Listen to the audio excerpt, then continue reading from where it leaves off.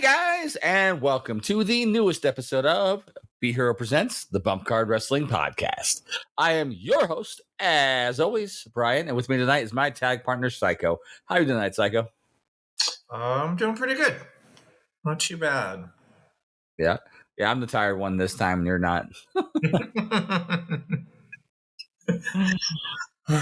No, that would have been last week. Jeez.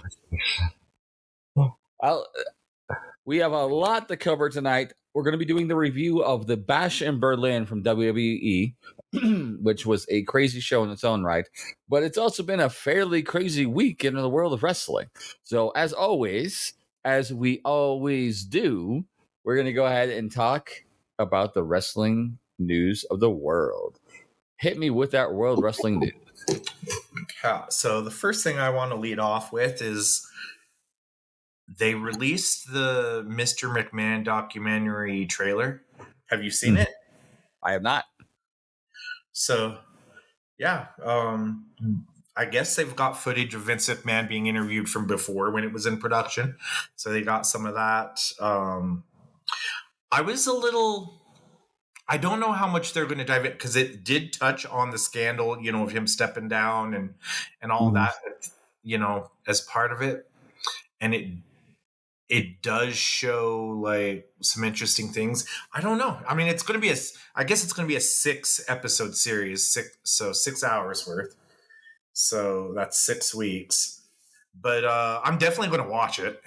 Oh yeah. But it looks intriguing. It looks like it's going to cover the good and the bad, as it should. Well, I think what we'll do is probably the week following the airing of the last episode. Are they dropping all at once, or are they dropping week by week? No, weekly. Okay. The week after the last episode, we'll sit down and do a review of the whole thing and talk about it as an episode on here. So please subscribe, follow whatever it is that you're doing and how you're listening to it on here to Be Hero Presents, so you guys will be able to listen to that. But yes. So moving on. So this is interesting. The WWE has been served with another lawsuit. Okay. Involving, it says here, Daniel Bryan, Sasha Banks, and $100,000 in hush money. Let me read this here out loud. This is like, I just saw this, so I'm going to read this as is. So, apparently, a man named Leland Owens filed a lawsuit alleging that WWE had entered into a verbal agreement with him, but that he never got paid after coming to the agreement. The suit was filed on August 30th, recorded on September 3rd. So a part of it says, I gave the WWE ideas and never got paid. I also told Daniel Bryan at the time what I was going to do with my earnings with said ideas, and the World Wrestling Entertainment tried to get in front of it because Vince thinks of this as competition. We have a verbal agreement in which was supposed to be talked about at the time I received my payment for my ideas. This sounds like that is not going to win at all. Not at all.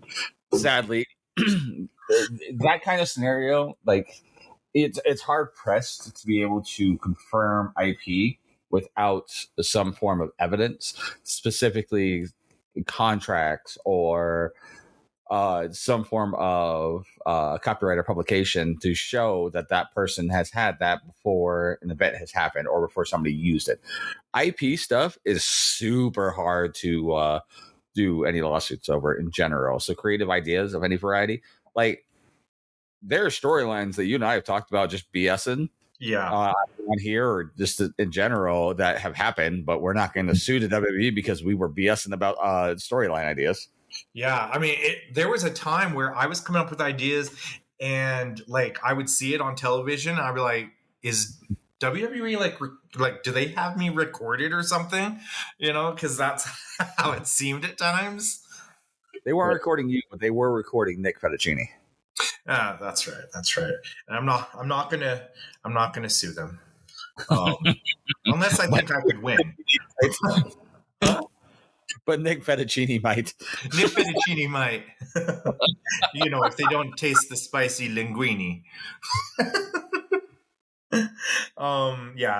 That's gonna get thrown out so fast, I think. But so in other news, apparently WWE is set to announce a live primetime special on NBC in the next few days. It'll be WWE's first primetime NBC special since August 2nd, 2008. I wonder if it's going to be a Saturday night's main event. If they're going to bring that back. It's interesting that they would do something like that. I mean, one, they had that heat falling out with Fox, which is why they're not on Fox as of a week from now. And then now they're going to NBC, even though they just sold the rights to pretty much everything eventually over to Netflix. Yeah, but they're still with Peacock right now.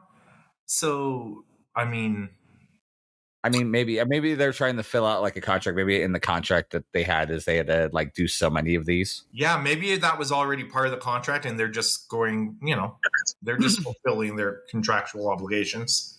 But yeah. I think it's good for WWE, though. I mean, any prime time, network specials are going to be a plus to get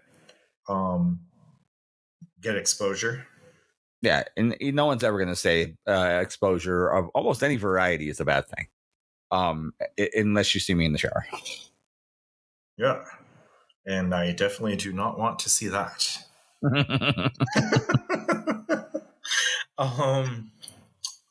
Let's see here. And then, I mean, this is kind of, I don't know how important this news is, but Hulk Hogan has said that he's signed a 5-year licensing and merchandise deal with WWE. So, okay, yeah, means that WWE's toy division will be able to sell more toys of Hulk Hogan. Right, pretty much. It's like, so that's more like a Legends deal, right, where they can, use them for merchandise that they can sell and make money, and he gets a profit or gets a percentage. Probably the Legends deal also has like we could possibly use you on so many pay-per-views, right? This sounds like it's just all for like likeness rights. With the that probably means to also put them in like the games and stuff. Yeah, I could see that. And then in other lawsuit news, this one against AEW. I don't know if you heard this one, but Kevin Kelly, former announcer for them, and the Tate twins, Brent and Brandon Tate, have filed a lawsuit alongside them, basically for, let's see, what's the official lawsuit? It says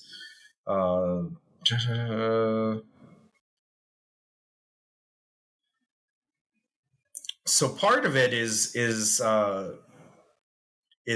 they're claiming the company is misclassifying its wrestling talent as independent contractors, and I think wrongful termination or something. I think the independent contractor thing there, I don't think that's going. I mean, people have tried to get the independent contractor thing and challenge that, and it always leads nowhere. I think one with the other. So, as an independent contractor, the right of termination is whatever. Like, there's no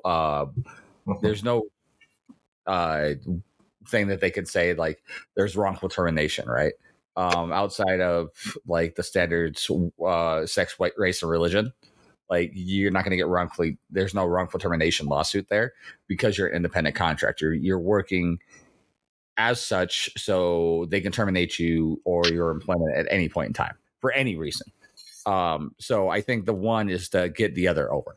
Like, the fight the independent contractor is to then get the wrongful lawsuit or the wrongful termination lawsuit to go through. Which, yeah, good luck on either of those. Yeah. I think that has a better chance than the previous lawsuit against WWE, but that we talked about. But I don't think. I think it's going to be a hard battle to try to prove and to try to get. Because here's the thing: if they ran into a judge that said, "Yeah, you're definitely not independent contractors, you're employee," and they threw out the independent contractor thing, that wouldn't just affect AEW. That would affect all of professional wrestling, right? Especially WWE and all that. I just don't see that happening.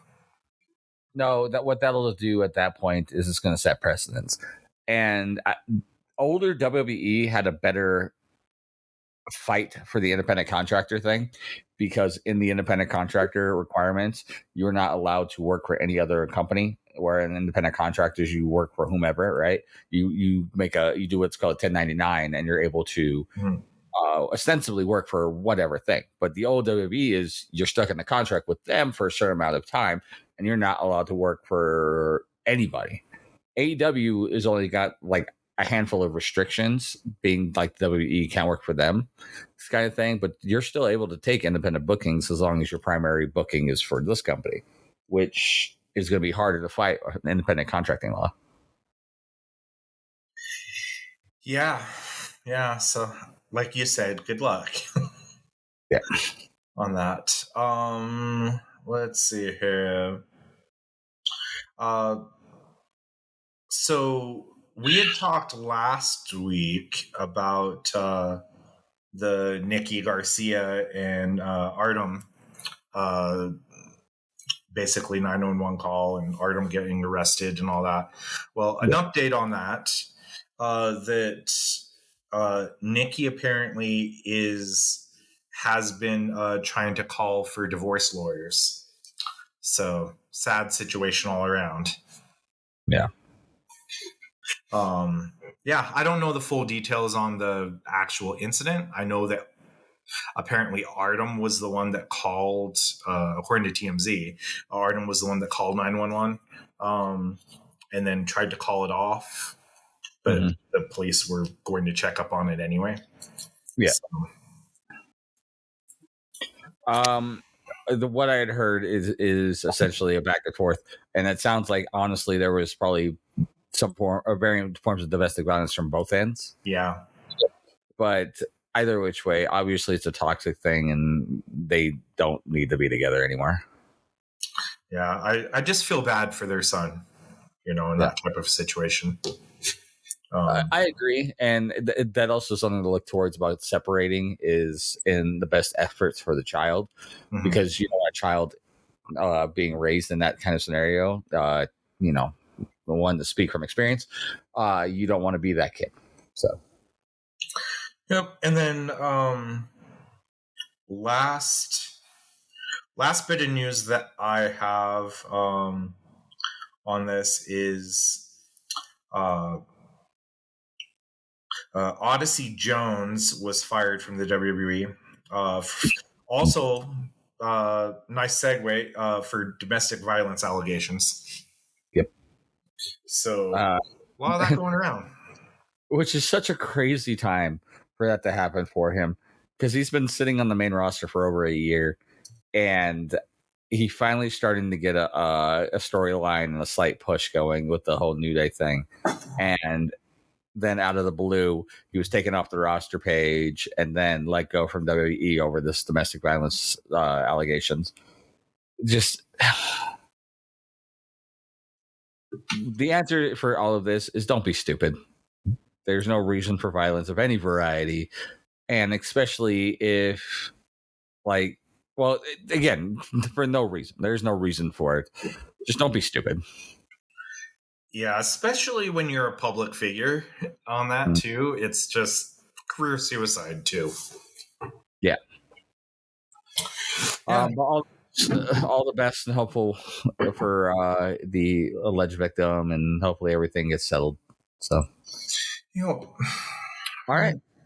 Any other news? Not that I can think of. I think I had some other stuff, but I lost it, so it's all good.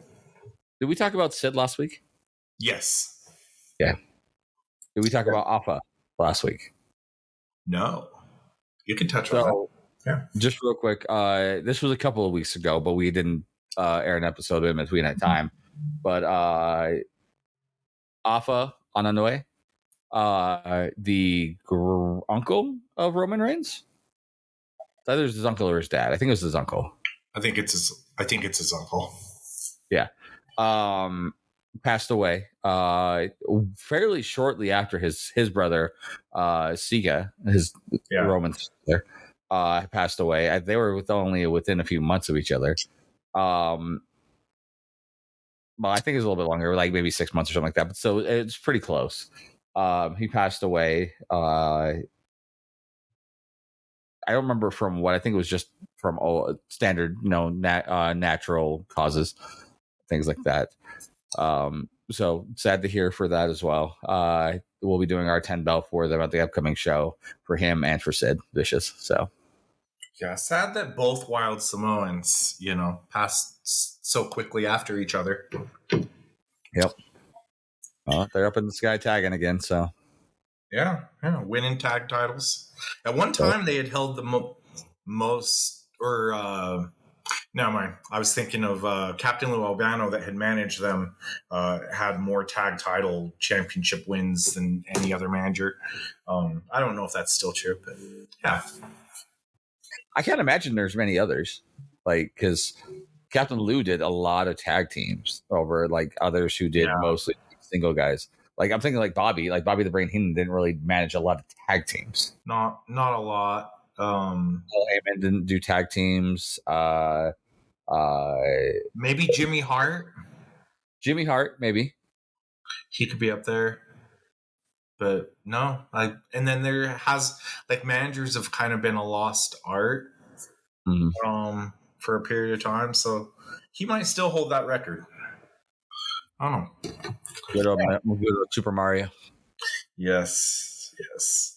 All right. So with all that being said, that was the world news of wrestling as we go.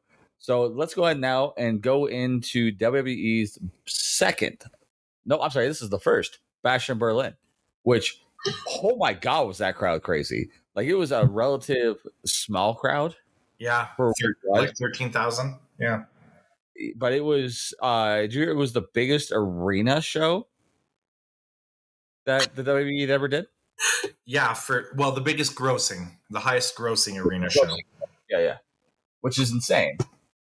What that tells me, because that crowd wasn't like their biggest attendance for an arena show, that tells me that ticket prices were crazy. Right. Well, maybe it's like their Autobahn in Berlin. They just charge whatever they wanted for it. I mean, yeah. Jeez. The crowd was rabid for it, though.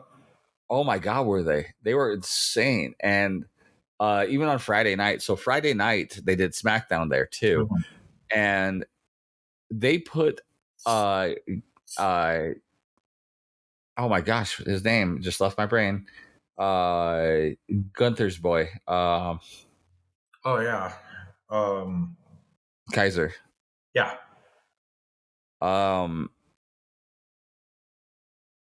Yeah. He got over like crazy. Like he was a face, ostensibly, by the fans, even though he was doing heel stuff. But he was also then started popping the crowd. He went full face for that match he was in against LA Knight of all people. And the crowd went crazy for him. So going into this show, like the crowd was hot for everything. Yeah. And they opened up with the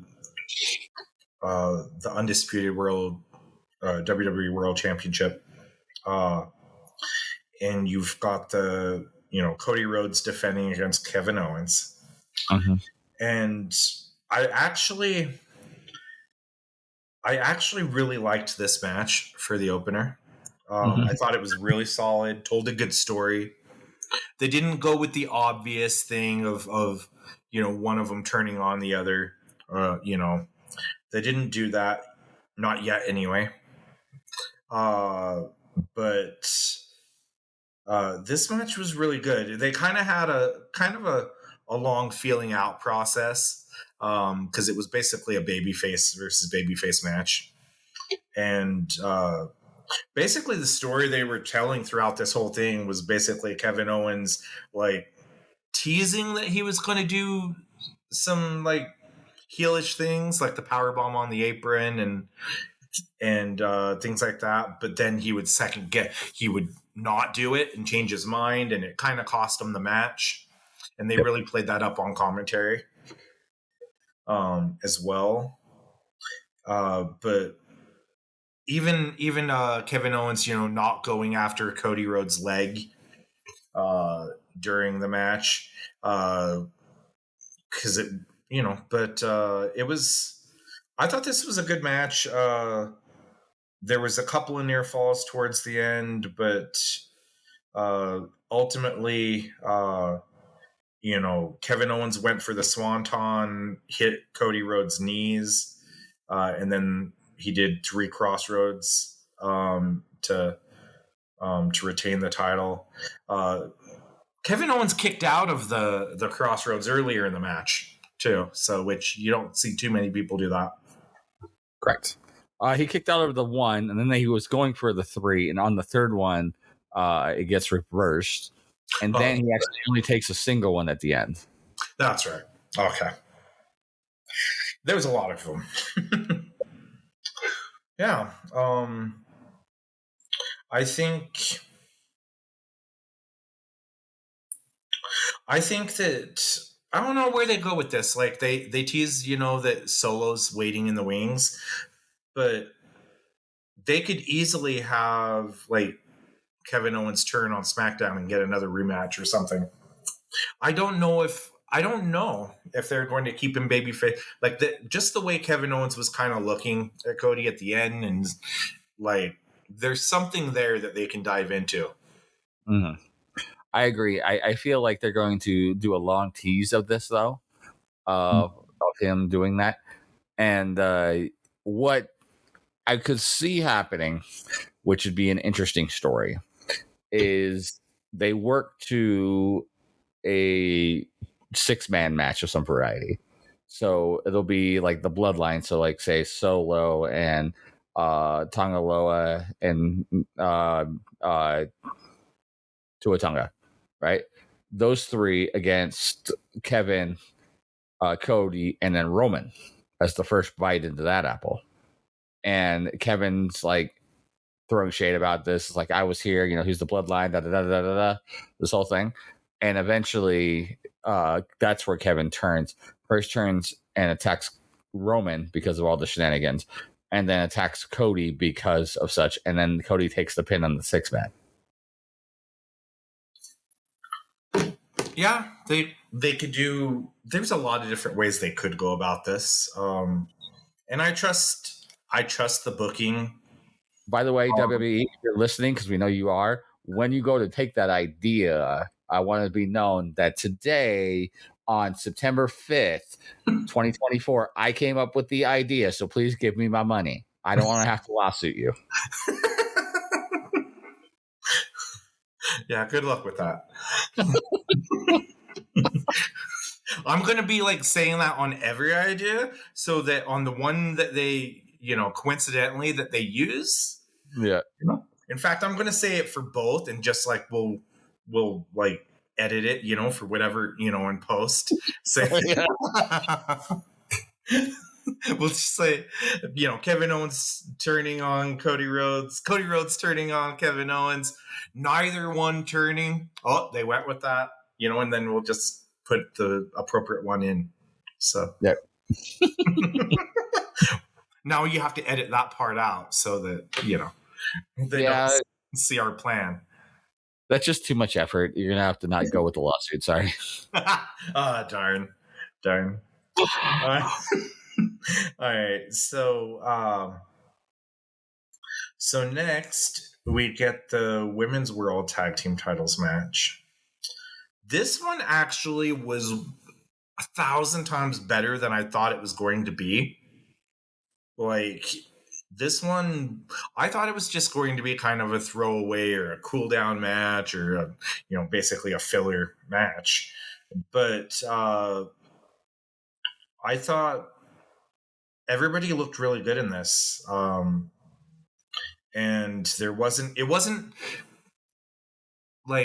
sloppy like you've seen from Jade Cargill at times, and it looked like she's been working on some things too.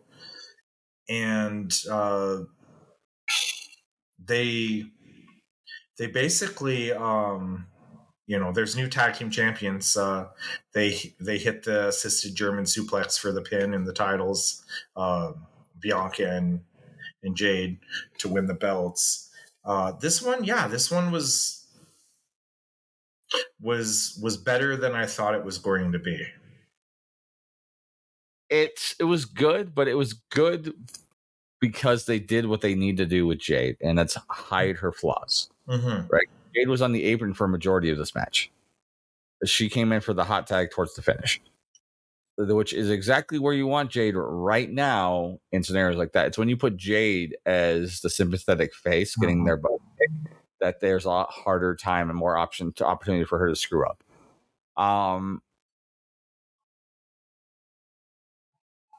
I'm kind of fine with this because they really didn't go anywhere with Fire and Dawn, like for as tag champions per se, and everything else. And it was kind of the right place because you want a big PLE to have a memorable title change because it goes to the concept of anything can happen.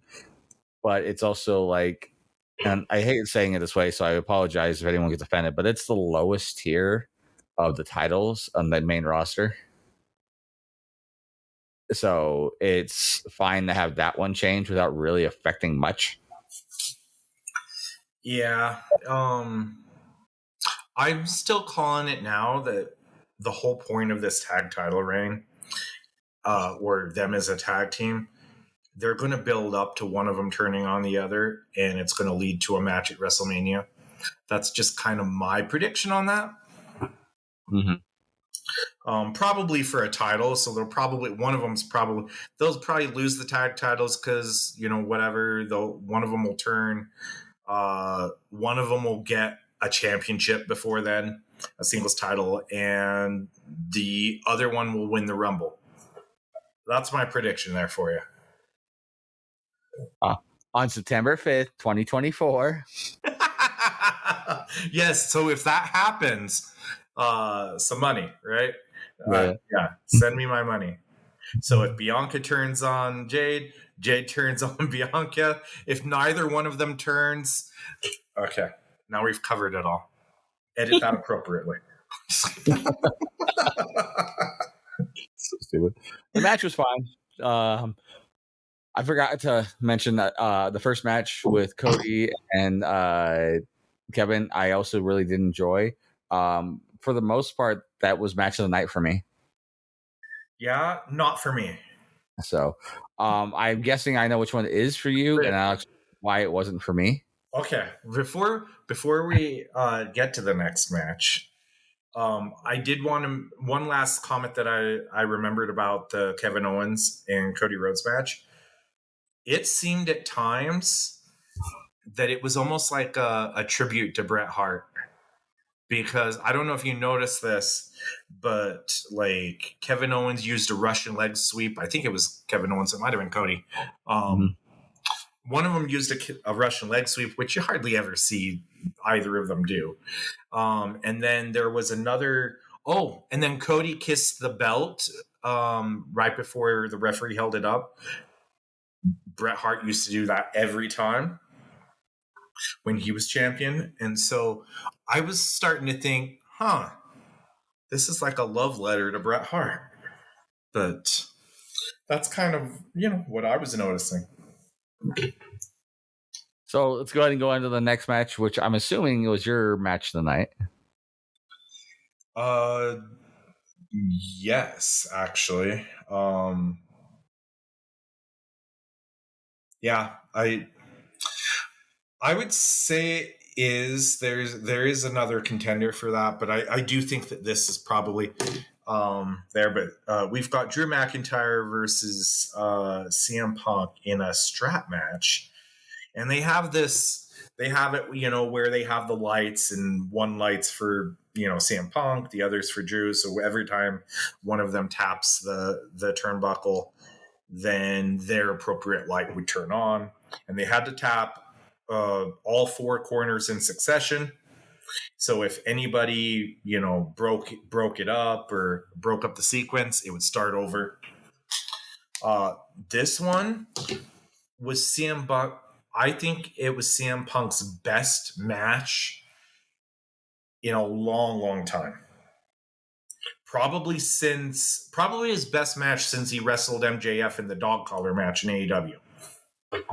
I would agree-ish. I think Joe and him were better at All In. I don't. But for that one, I like that one better because it had such an old school ROH feel. And for this match was a great match. Okay, don't get me wrong. But one, I was taken out a bit because of the lights. And more of it was half the time the lights were never working right. Yeah, I can see that. So it's kind of gimmicky. Yeah, I'm trying not to use that against these two, though, because they're great workers. But the match was so predictable. And honestly, for the most part, for me at least, it was pretty boring. So, gosh, I hate to say this, but I kind of see your point. And okay, so I'm going to say a few things here on this match. First of all, I think that it was very brutal, right? They were whipping the crap out of each other with those straps. They were laying them in. Punk looked in the best shape he's been in a long time. Like he looks like he's put on some weight, like in a good way. He's bulked up. He looks in shape. And he looked like he was able to withstand a lot, where I was really worried, after he got injured, that it's like, oh, his body's going to break down very easily. And I was worried about him wrestling Drew. And even the last pay-per-view at SummerSlam when he wrestled Drew, like it was a good match, but it was also like so much, smoke and mirrors that it seemed like it was to protect CM Punk. And this one felt like it was an actual match. Like it felt like he didn't get blown up like he did last month or, at SummerSlam. And so he looked like more of the CM Punk of old. And so that's what excited me. Now, to your point, I'm going to say this. I did fall asleep on this match, even though it was so I fell asleep on parts of the middle of it. I say it was because I was so tired because I had to clean up the place I just moved from. It was the last, and I had to do that all day. So I watched this later that night, and so I was really tired. But at the same time, it was the only match I fell asleep on. But I did wake up enough to see the finish. And to your point, like strap matches in general are kind of predictable just because there's only so many finishes you can do, right, with a strap match. I am happy that they did not do the predictable, one of them is, touching a corner and then the other one's touching a corner behind the other one's back and they don't realize that they're touching the corner. They do that once way too much. Well, they sold like they were going to do that one on this. I thought so too. And then they did. Oh, they did? Yeah, which must have been when you fell asleep. Yeah. So Drew at one point is carrying Punk on his shoulders, walks over and taps it, and then Punk, as he walks away, taps it. And they do that all the way to the fourth one. And then Punk fights off, boom, boom, boom. And then he's reaching, and then Drew's reaching for the fourth one, boom, boom. And then eventually they fight off, and it breaks the count. Okay, so it wasn't the finish, though. No, but they were teasing like it was going to be. And yes, it is really hard. Like, there's only so many ways to skin that cat. when it comes to this match. And I think that's why I'm not a big fan of strap matches in general. What I'm excited for, based off of this match, though, is the only possible escalation. Because for the rubber match, they have to do something much bigger, right? Right. And before you get to that, let's talk about the finish of this match. Because yes, they're going somewhere with it, right? So obviously CM Punk wins this match.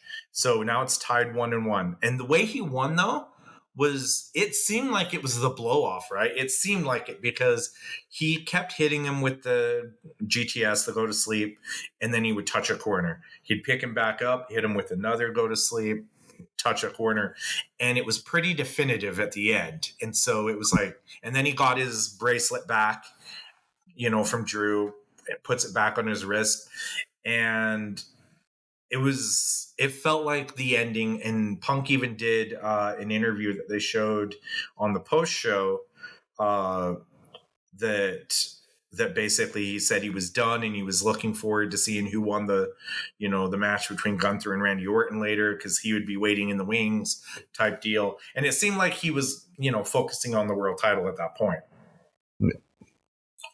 Which now you can say what you're going to say. Well, on the following Raw, he kind of reiterates the same thing. He does a promo of that exact thing. And then as he's popping the crowd and going to leave and stuff, he gets attacked by Drew, and Drew beats the snot out of him multiple times.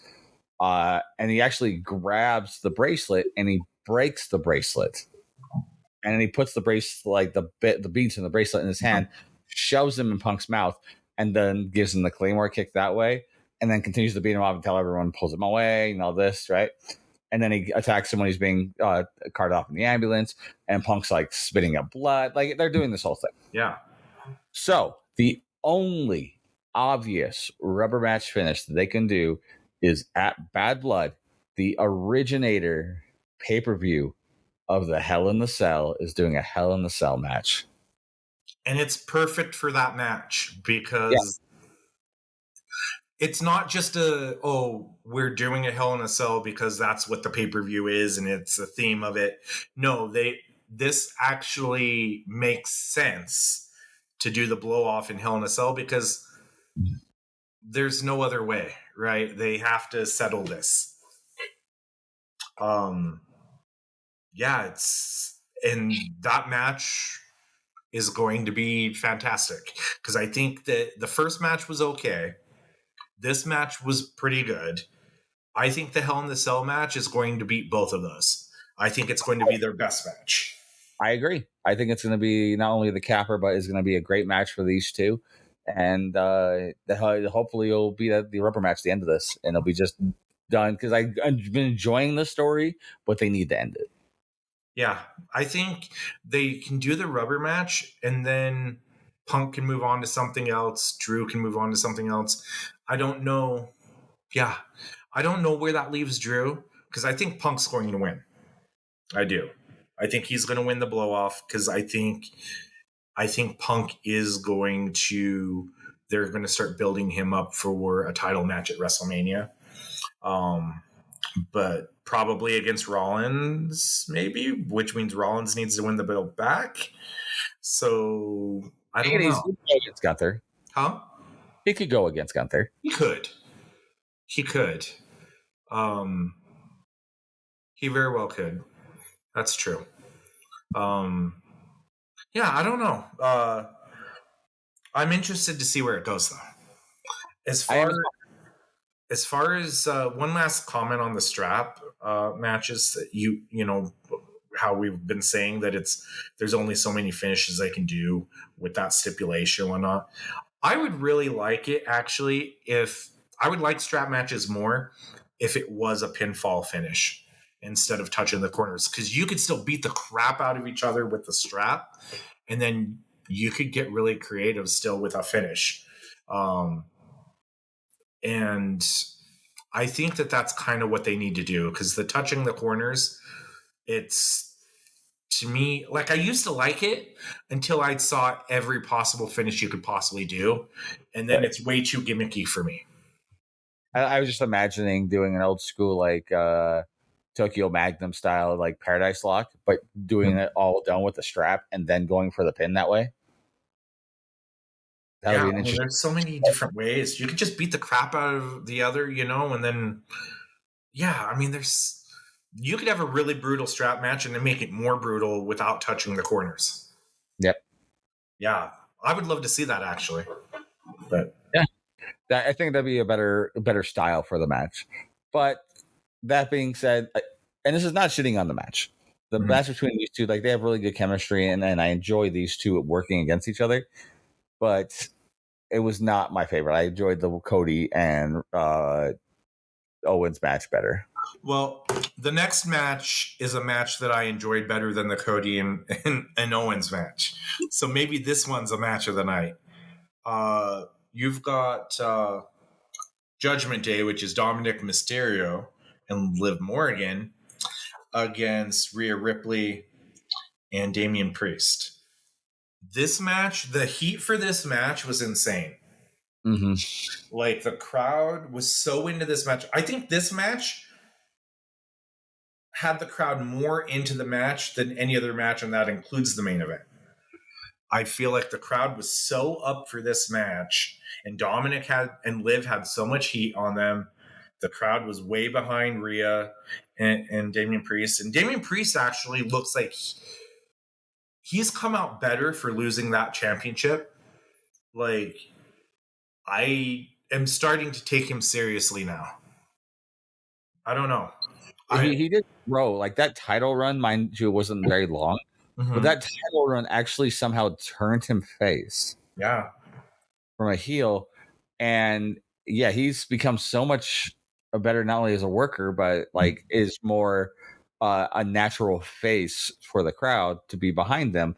And the Razor Ramon style of face, which I know he's all about, it's the we love you because you're the bad guy.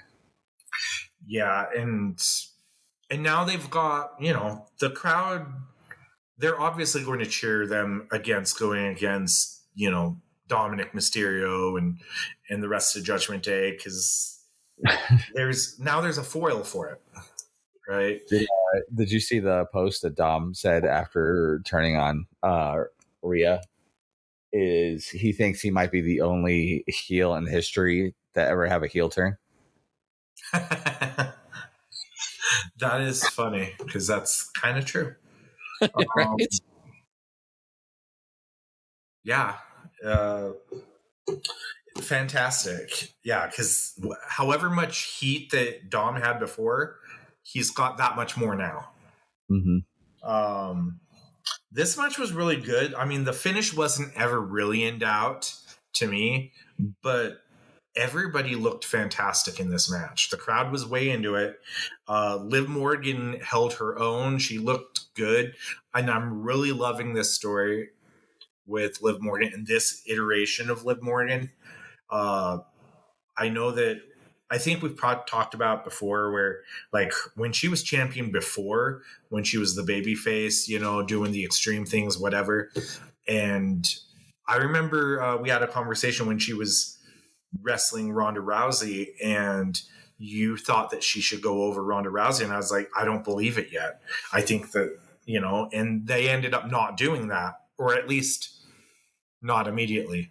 But now I completely buy her. And this is the best iteration of her that I've seen. Agree. I also think this is the only way that you're going to ever turn Liv heel. Yeah. Yeah, it's fantastic. This whole story is fantastic. Even the turn of Judgment Day against Damian Priest and Rhea Ripley basically in the same night at SummerSlam, and then the next night forming a new Judgment Day and all of that. Fantastic. I'm really digging this story, and the match was pretty good. It was basically just revenge for Rhea and Damian Priest. It was them beating the snot out of the other two, and it wasn't in doubt.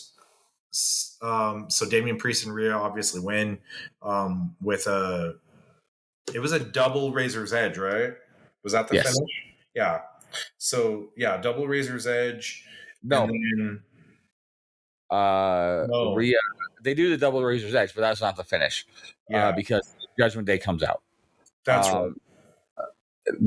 What eventually happens is Damien kind of finishes off everybody in the Judgment Day, and Rhea ends up giving the Riptide to Liv because Liv came out on the following night talking about how she pinned Liv, and so she thinks she deserves another shot at the title. That's right. That's right. And then that pin that she did too, where she basically stacked her up. Yeah. I wouldn't mind being on either end of that pin. Yeah, it was so good though. Like it did exactly like it wasn't a cool down match before the main. It was basically, hey, we're basically hyping you up before the main. So the crowd was at a fever pitch for the main event. I thought this match was perfect.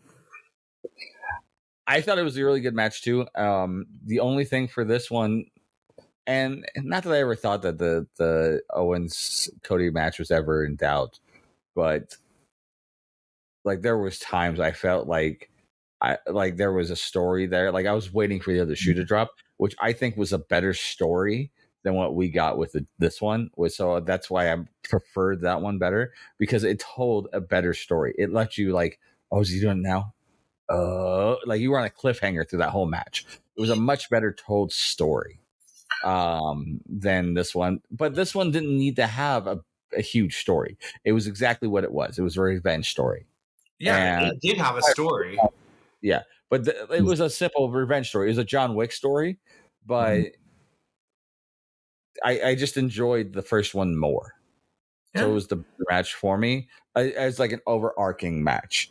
I think this one hit exactly the way it needed to do, and it was perfect in its aspect, but there were multiple layers in the first match. Yeah, I think maybe I liked this one more. Number one, because the crowd was so rabid for it, and that always helps a match. Not that they weren't for the Owens and Cody match, because they were pretty loud for that one too, but not like this, right? Because they were really invested in that revenge.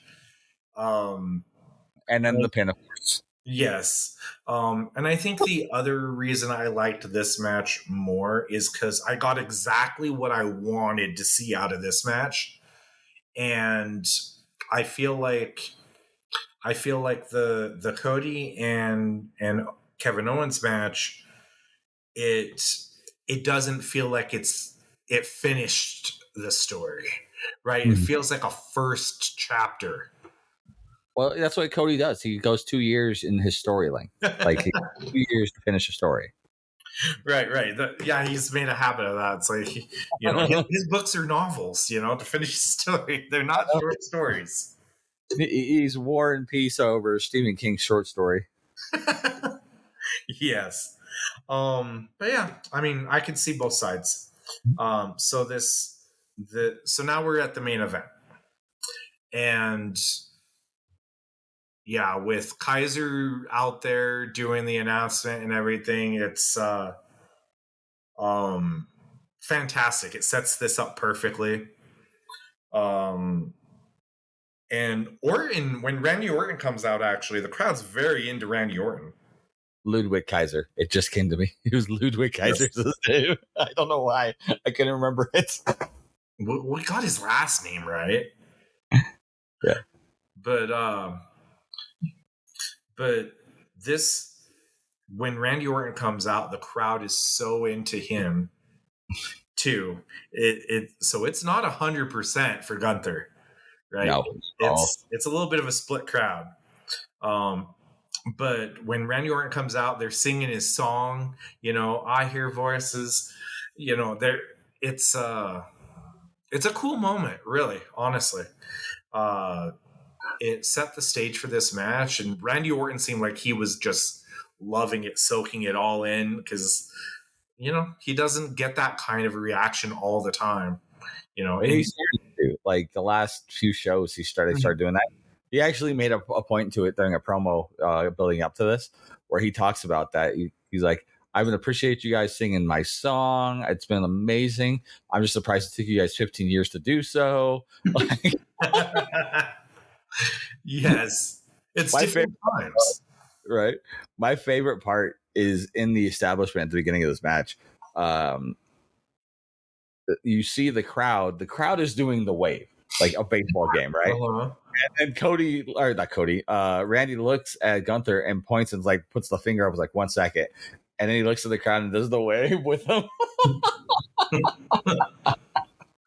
He just looked like he was having so much fun out there, Yeah, and this was the match to do it in because it wasn't a blood feud, right? So it wasn't making fun of the seriousness of the moment and whatnot. It was, I don't know. They just looked like they were having fun because Orton was having fun in another main event with a rabid crowd. Then Gunther's, having fun, because it's his home, he's got the hometown advantage basically. It's this match started really well. I feel like it was actually really, really, really good up until a certain moment in this match that took me out of it. okay.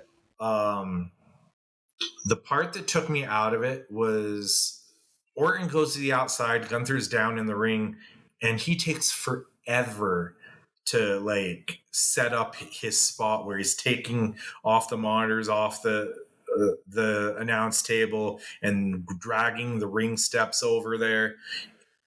It took so much time to set it up that it ruined the momentum and the flow of the match for me, because it was flowing really good.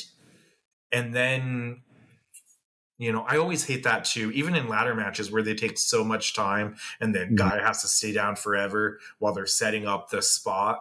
I hate that. And here, I feel like this match was starting to get going and it was hitting a good peak.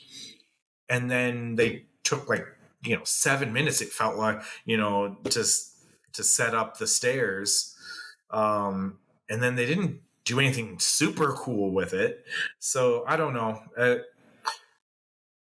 I thought the finish was good and the beginning of the match was good, but the thing that took me out of the match a bit was that spot. So I'll be honest with you. I got about halfway through this match, right up till Gunther kind of started doing the initial cutoff and takeover, and I fell asleep. So you fell asleep on this one?